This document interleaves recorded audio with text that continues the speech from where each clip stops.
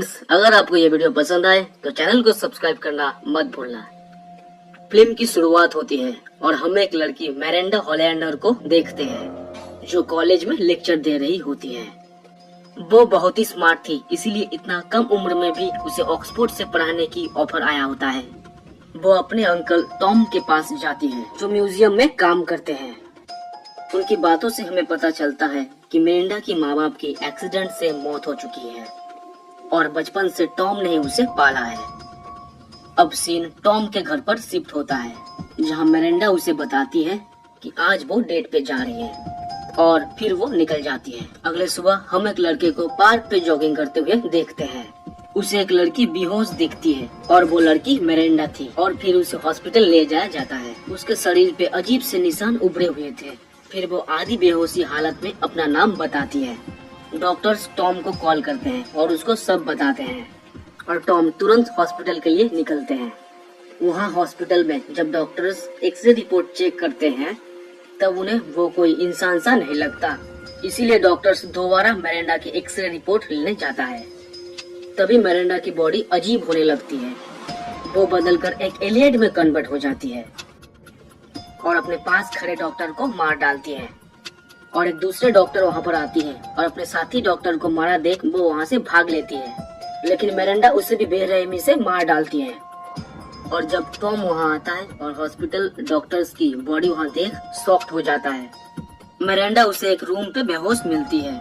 वो उसे एक इंजेक्शन लगाता है जिसे लगते ही मिरांडा ठीक होने लगती है और फिर उसे भगाकर टॉम घर ले जाता है और अपना सारा सामान पैक करके वहाँ से भी निकल जाता है। मिरांडा के पूछने से वो बताते हैं कि वो लोग मैक्सिको में जा रहे हैं। फिर मिरांडा उसे बताती है कि जो कुछ भी हॉस्पिटल में हुआ वो सब कुछ उसने नहीं किया। और फिर टॉम उसे बोलता है कि तुमने ही उसे मारा है और नहीं भी, जिस पर उसे मिरांडा डॉक्टर्स के पास चलने के लिए बोलती है। तब टॉम उसे बताता है कि डॉक्टर्स भी उसका मदद नहीं कर सकता। वो बताता है मैक्सिको फॉब से मिलने जा रहा है जो कि उसका एक ब्रिलियंट स्टूडेंट हुआ करता था जो कि मिरांडा को ठीक कर सकता है। मिरांडा की जोर देने से फिर टॉम उसे एक सच्चाई बताते हैं कि उसने और फॉब्स ने मिलकर मिरांडा को एक लैब में बनाया है। वो बताते हैं कि किसी दूसरे ग्रह से हमें कुछ डीएनए स्टैंड भेजे गए थे और हमने उसे एक ह्यूमन डीएनए के साथ मिक्स कर दिया जिसका तुम एक रिजल्ट हो। ऐसा करना मुझे गलत लगा, इसलिए मैंने तुम्हें ले आया और एक नॉर्मल लाइफ देने की पूरी कोशिश की। मिरांडा को बहुत दुख होता है और टॉम उसे संभालता है। दोनों रात रुकने के लिए होटल में एक रूम लेता है जहां मिरांडा के निशान फिर से उभरने लगते हैं। फिर वो टॉम को बुलाते हैं जो उन्हें ह्यूमन हार्मोन इंजेक्ट कर देता है और फिर वो उसे बोलता है कि हमें जल्द से जल्द फॉब्स को ढूंढना है। अगले दिन वो लोग फिर से सफर में आगे निकलते हैं और ठहरने के लिए एक होटल लेते हैं।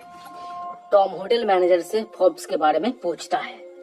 होटल मैनेजर को नहीं पता होता, लेकिन किसी से पूछकर बताने के लिए वो बोलता है। ये सब पास ही बैठा एक आदमी सुन रहा होता है। अगले दिन टॉम मिरांडा को रेस्ट करने के लिए बोलता है और खुद फॉब्स को ढूंढने के लिए निकल जाता है, जहाँ उसका पीछा एक एलियन करती है जिसने नन के कपड़े पहने होते हैं। उसने टॉम पर हमला कर देती है और टॉम भागता है।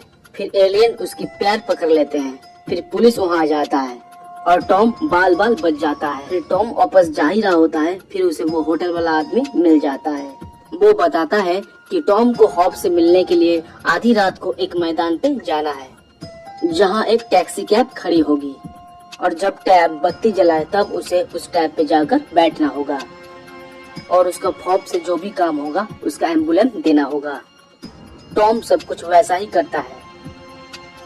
आगे पहुंचकर कैब ड्राइवर कैब रोक देते हैं। जैसे ही वो मुड़ता है वो एक एलियन में कन्वर्ट हो जाता है और टॉम को मारने की कोशिश करने लगता है, लेकिन टॉम अपने चालाकी से वो टैब उस एलियन पे चढ़ा देता है और जलाकर उसे मार डालता है। टॉम गुस्से से उस बूढ़े आदमी के पास जाता है, लेकिन वो टॉम पर गन टान देता है।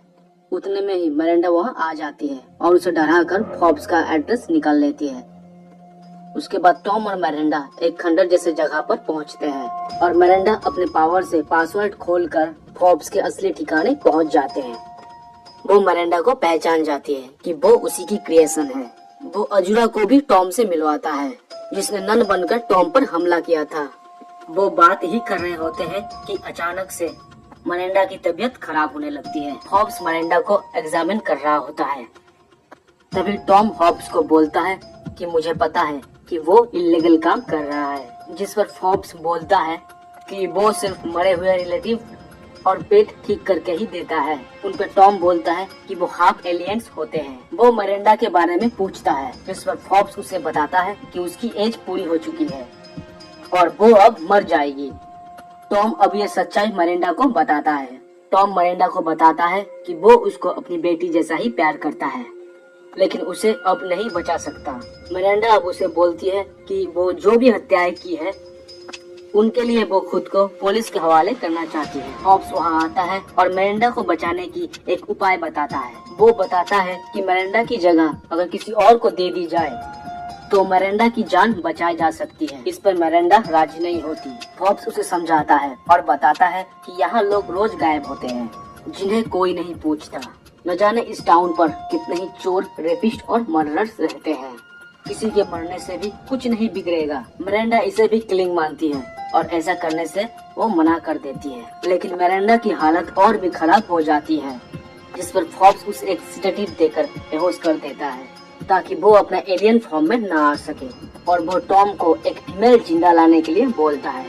पहले तो टॉम घबरा जाता है, फिर मरेंडा की हालत देखकर टॉम भी मान जाता है और सीधा एक रेड लाइट एरिया में जाता है, जहाँ एक प्रोस्टिट्यूट उसके पास आती है और उसे बाहर लेके जाती है और उसे लूटने की कोशिश करती है, लेकिन अज़ुरा वहाँ आकर टॉम को बचा लेती है। वो लोग उस प्रोस्टिट्यूट को लेकर हॉब्स के पास जाते हैं, जहाँ हॉब्स इन दोनों लड़कियों को अलग अलग ककून में डालते हैं और उस प्रोस्टिट्यूट के डीएनए लेकर मरेंडा के ककून में इंजेक्ट करता है। मरेंडा ककून को फाड़कर बाहर निकलती है और जब वो होश में आती है तब वो टॉम के साथ ही फ्लर्ट करने लगती है।